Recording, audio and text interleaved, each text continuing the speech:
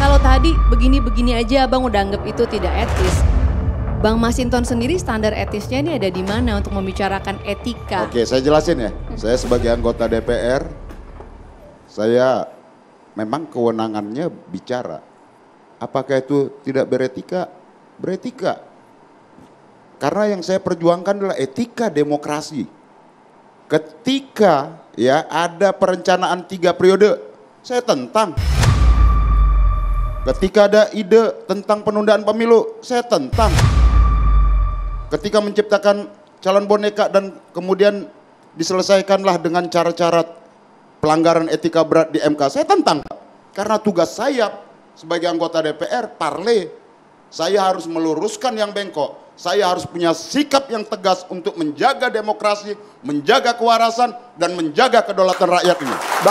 Maka terhadap siapapun ya yang ingin mengangkangi konstitusi dan demokrasi, saya akan hadapi, saya akan teriakkan karena memang Abang bilang sebagai wakil rakyat. Ini kemarin juga disampaikan sebagai dalam forum debat, sebagai cawapres yang mengikuti proses debat.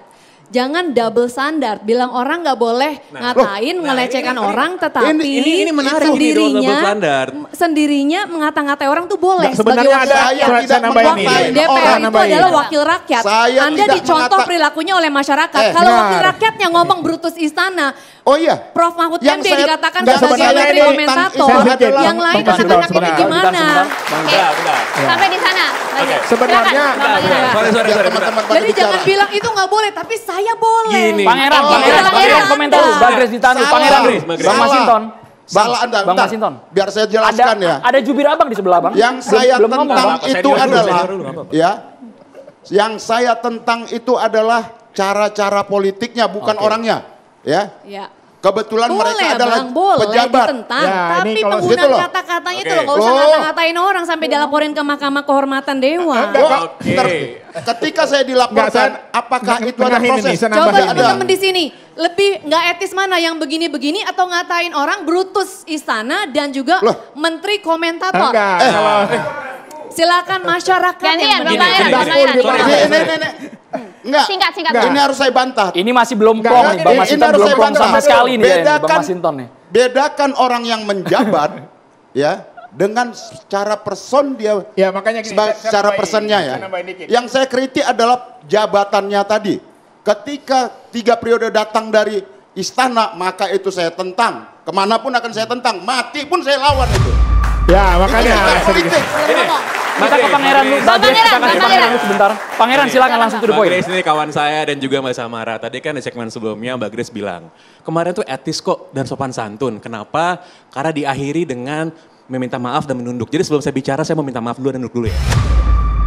Nggak perlu. Oke. Saya nggak perlu begitu-begitu. Karena kenapa? Karena kenapa? Jadi menggelitik ketika Mbak Grace mengatakan sesuatu yang kontradiktif. Dan double standar seperti motor matic gitu, standarnya ganda. Kenapa? Karena bagaimana ketika di debat sebelumnya, ketika 2 orang warga negara biasa sebenarnya kebetulan lagi maju sebagai capres, mempertanyakan kinerja Menteri Pertahanan, dianggap tidak sopan dan tidak etis.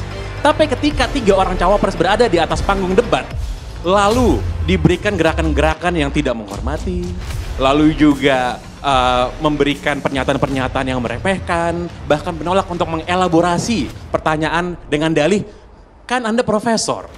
Jadi bagaimana yang satu dikatakan itu adalah menyerang personal karena mempertanyakan kinerja, ya, lalu tiba-tiba kita melihat badai tangisan di sosial media, tapi ketika ya ada sebuah gerakan merendahkan, pernyataan yang juga merendahkan, lalu dianggap itu adalah hal yang etis karena diakhiri dengan meminta maaf. Saya rasa ini merupakan sebuah pertunjukan akrobat logika bagi warga negara Indonesia yang menurut saya akan membuat banyak orang bingung.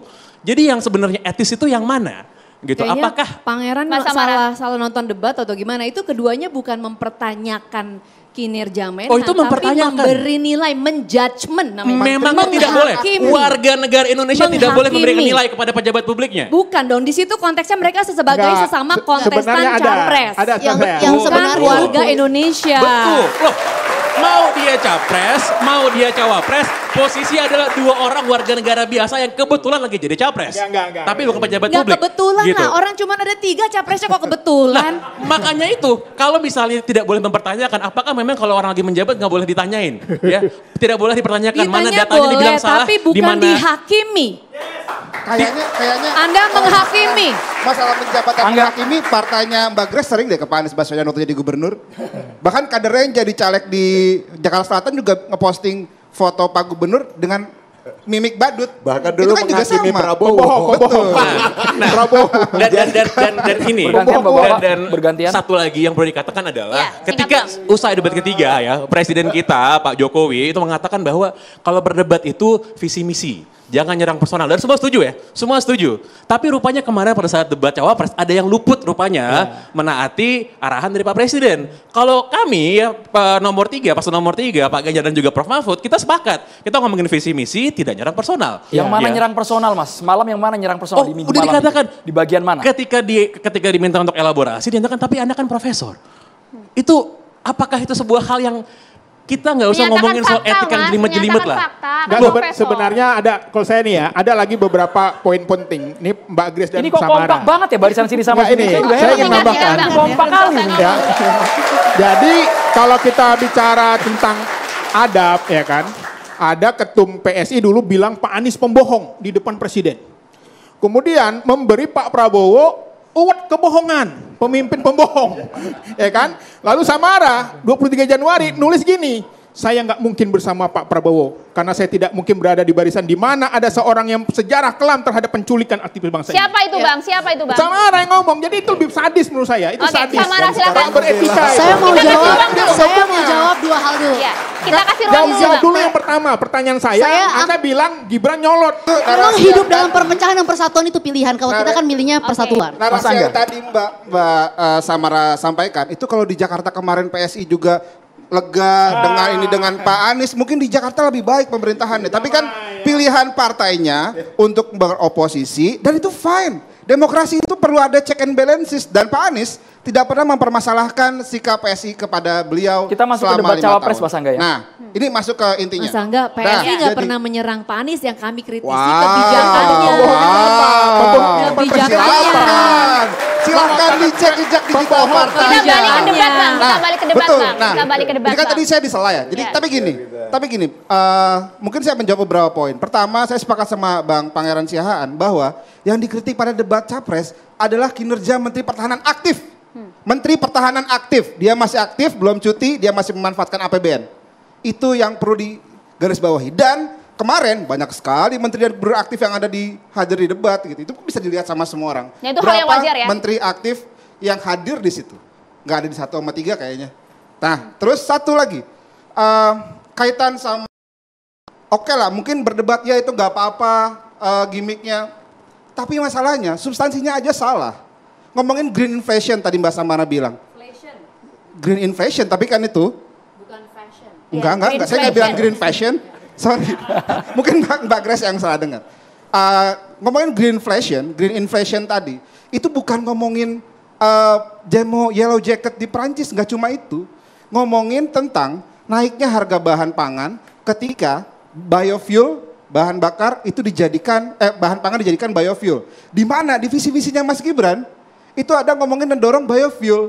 Lah gimana? Dia yang punya visi misi, dia yang ngomongin concern, dia nggak menjawab sama sekali. Kenapa Bentar, saya ini nggak Mbak jawab kayak gitu kemarin?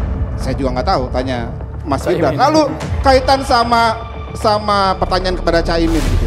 Ngomongin bioregional development. Itu tidak dijawab sama sekali sama Mas Gibran. Jadi kalau mau savage oke lah, buat konten TikTok fine. Tapi substansinya yang jelas, substansinya yang benar. Jangan dibohongin, masyarakat jangan dibohongin. Ngomongin ada food estate sukses. Kayaknya semua orang tahu deh, dari 600 hektar food estate di Gunung Mas yang dibilang sukses sama Mas Gibran, itu cuma 3 hektar jadi jagung. Jadi ditanam singkong, yang tumbuh jagung di polybag, yang dipanen kayu meranti. Itu 600 hektar, masa yang dibilang sukses cuma 3 hektar? Enggak, sebenarnya ada lagi. Mas Angga.